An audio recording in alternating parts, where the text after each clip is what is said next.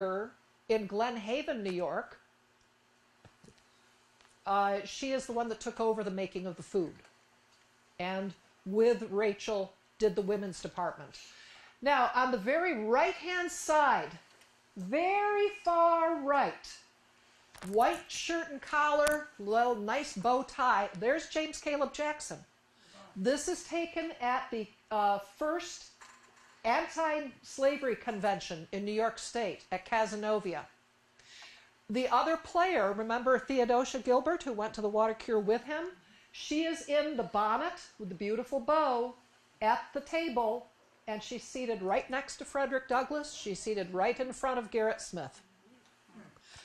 So she convinced her father to let her have some of her money that was in trust, and he also lent her some money. She teamed up with the Jacksons and the Gleasons to open the Glen Haven water cure. And if you look at her costume, you can just see that her skirts end mid-calf. And under it she's got pants, long straight pants. Yes, you're going to find out the real story behind the bloomer costume.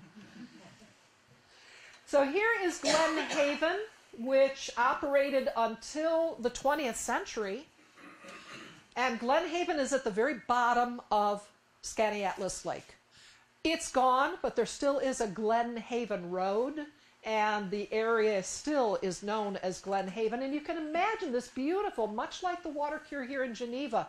You've got this lake, folks. Go out and recreate on it. Go boating, go swimming, go fishing. Get outside in the fresh air. Go let your body learn to heal itself. The Jacksons stayed on after the Gleasons decided to leave and go open up a water cure in Elmira, where one of their patients was Libby, gosh, what's the last name? Mark Twain. What's his real last name? Yeah, Clemens, Elizabeth Clemens, Mark Twain's wife. Several of her children were delivered by Rachel Brooks Gleason.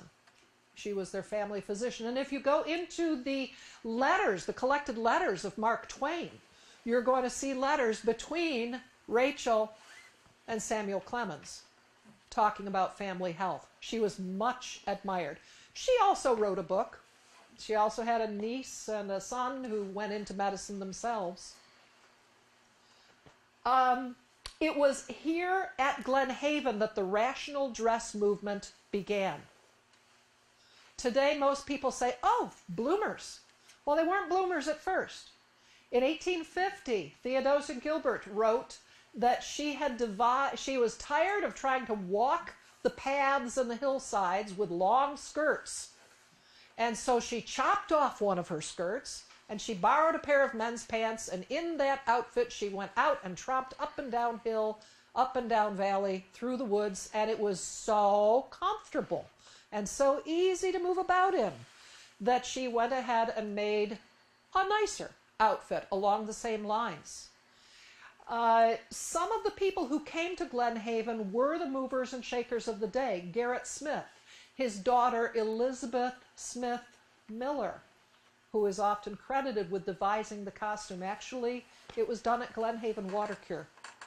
And the water cures, as this notion of freeing women up and giving them a dress that doesn't pinch them at the waist and doesn't have 15 to 20 yards of fabric to contend with, plus 3 to 4 petticoats underneath it, or a hoop skirt.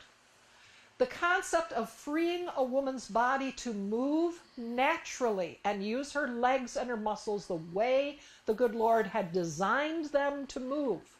This spread from Glen Haven across the United States and to Europe.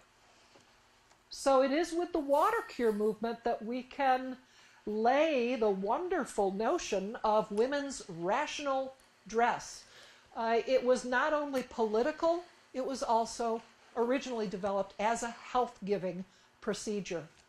So on the left and on the right, you can see rational dress. On the left is more the bloomer costume, a little more feminine, harem-style pants gathered at the ankles.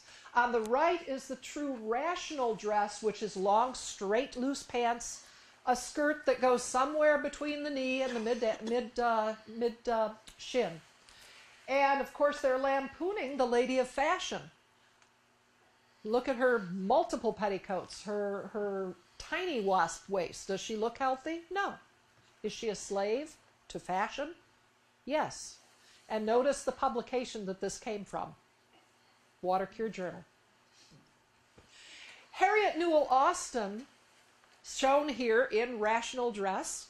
Harriet graduated in 1852 from the Nichols, Mary Gove Nichols and Thomas Lowe Nichols American Hydropathic Institute in New York City. Freshly armed with her MD in hydropathy, she went and started work at Glen Haven. She would move with, it was there too that she started this nice little newsletter magazine called The Letterbox, because people who had been to the water cure wanted to know what was going on, and was there more advice that they had to give to people who were no longer at the water cure. So Harriet and James Caleb Jackson started this little journal, and it became quite the thing. This was a nationally published journal, and they brought it with them when they moved to Dansville in 1858. Our Home on the Hillside, circa 1870. This one's from my own collection. This is the original water cure. The center building is what they found with broken windows, bats, raccoons. It was a water cure that had failed, that had been built in 1851 as the model water cure. It went through about 3 owners. They all gave up. Why was it located here? Well, in the 1790s, the people of Dansville heard a loud explosion on the East Hill. And when they went up to investigate, a new spring had burst forth. Jackson, with his wonderful sense of promotion, named it the All-Healing Spring. And that was the basis there of the water cure, was that good water from the spring that had magically burst forth from the hillside.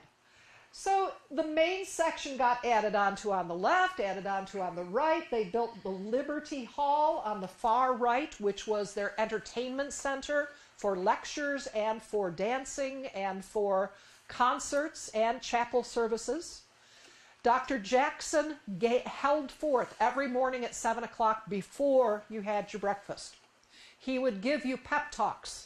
He would talk about things that he thought you needed to know. He would give you encouragement. And if you were too ill to rise from your bed, you would either be wheelchaired or carried in on a stretcher so you could listen.